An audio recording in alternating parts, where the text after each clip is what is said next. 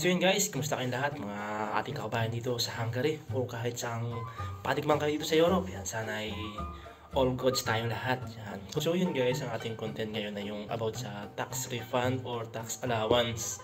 So sa last upload ko, medyo marami nagtatanong. Pasensya na kung hindi ko kayo diretsang masagot. Hindi ko rin kasi sigurado kung lahat tayo ay may makukuha. Kasi magkaiba tayo, lalo na yung mga walang anak. Panigurado, wala silang makukuha. Kasi hindi naman kasi siya totally tax refund talaga eh. Parang tax allowance siya mula sa ating mga junakis. Yan. So, yun, share ko lang. Wala kasi dito yung ating katrabaho na may 3 anak.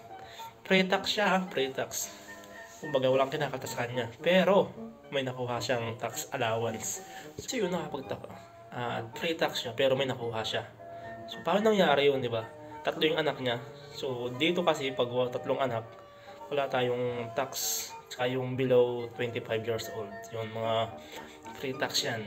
So, yun. So, paano po nangyari na mayroon siyang makukuha na tax allowance? Sayang lang kasi hindi at nagsama ngayon gawa ng may pasok. So, bali dalawa sila dito may 3 anak. Yung isa 100,000 yung nakuha. Yung isa naman 90,000. So, paano ba nangyari na meron silang ma-refund na tax kung free tax naman sila? Ayun, medyo nakakapagtaka nung bakit may makukuha sila.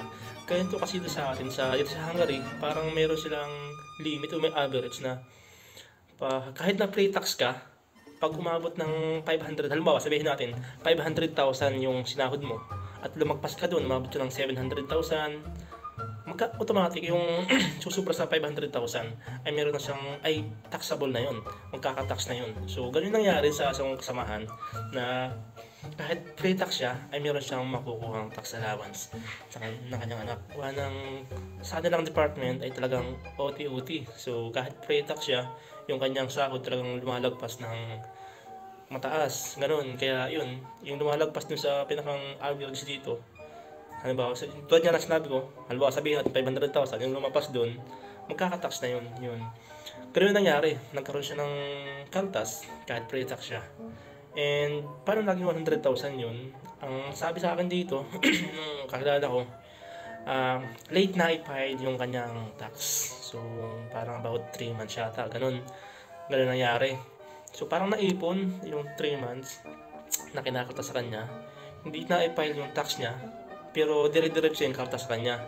Nakaltasan agad siya, ganun. Kaya yung nakaltas sa kanya ngayon, naipon. Parang nag-save lang siya ng pera. So ganun yung nangyari. Kaya meron siyang makukuha kahit pa pre-tax siya. Yan.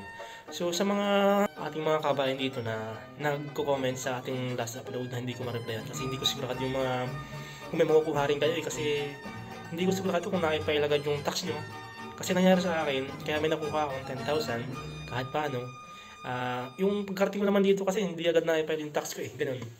So kung ganun din na nangyari sa inyo, sigurado, may makukuha rin kayo kung hindi agad na-file yung tax nyo. Kaya hindi ko masagot kasi hindi ko naman sigurado kung nakapag-file agad kayo. Kaya ang mabuting gawin nyo, punta kayo sa tax office at itanong nyo. Yun, ang pinaka-the best.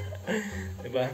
Yung mga walang anak, matik na yan, wala silang makukuha. Kasi hindi naman siya talaga totally tax refund eh. Parang tax allowance ng ating mga junakis yan eh, na kinakaltas. So yun, sa mga pupunta, ito ang nadalhin nyo. Dala lang kayo ng passport, tax ID ng nyo sa anak nyo. Saka 23M30. 23M30 na dadalhin nyo ay makukuha nyo po yun sa agency. Yun yung may less ng mga sinahod mo, kung magkano yung total, kung magkano yung tax na kalta sa'yo. Yun yung 23M30. Kung wala ka pa nun, mag-request ka na sa coordinator nyo sa agency nyo. Yun po yung dadalhin nyo. Tapos yung address, accommodation nyo sa coordinator mo, pwede ka magpapasa nun. Parang certificate siya, ganun. Tapos doon may pangalan mo doon, tapos yung address ng accommodation mo, tapos may barcode doon sa ibabaw. Yun, basta mamaya ilalagay ko sa screen para mas makita nyo, para alam nyo. Ano po ba nandalhin? Yun lang, passport, card, 23M30, tapos yung address, tapos yun, bank account nyo kung may makukuha kayo. Kaya yun, sa mga pupunta dyan, huwag nung kakalimutan yung mas nabing requirements na kailangan nyo dalhin para pagdating nyo doon, wala nang hassle, bigay na lang kayo ng bigay para malaman nyo kung may makukuha kayo. Kasi hindi ko talaga diretso kayo makasagot dahil hindi tayo pare-parehas kung ma-file nyo agad yung mga tax nyo. So, yun yung reason kaya hindi ko kayo ma-replyan. So, yun, may isa pa tayo. Subukan natin makasama yung makausap yung yung free tax sa day off niya ating kakausapin. So yun, ating abangan sa susunod na upload na gagawin natin. Meron pang isa tayong katrabaho na grabe, hindi ka pa rin paniwala yung nakuha niya. Abangan nyo yan, grabe, talagang sulit yun. Talagang mapapasana na lang tayo.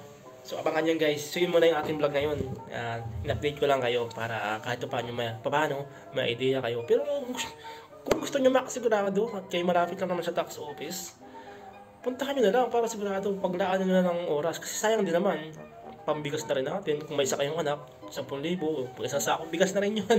So yun mga kakaya, tayo lagi mag-iingat dito sa ibang bansa. Yan, ating lagi pag-iingatan nating katawan. Ito yung ating puhunan dito para sa ating tagumpay, sa ating pamilya, para ma-house natin sila. So lagi po tayo mag-iingat mga kabayan dito. So yun lang po. God bless po sa atin lahat.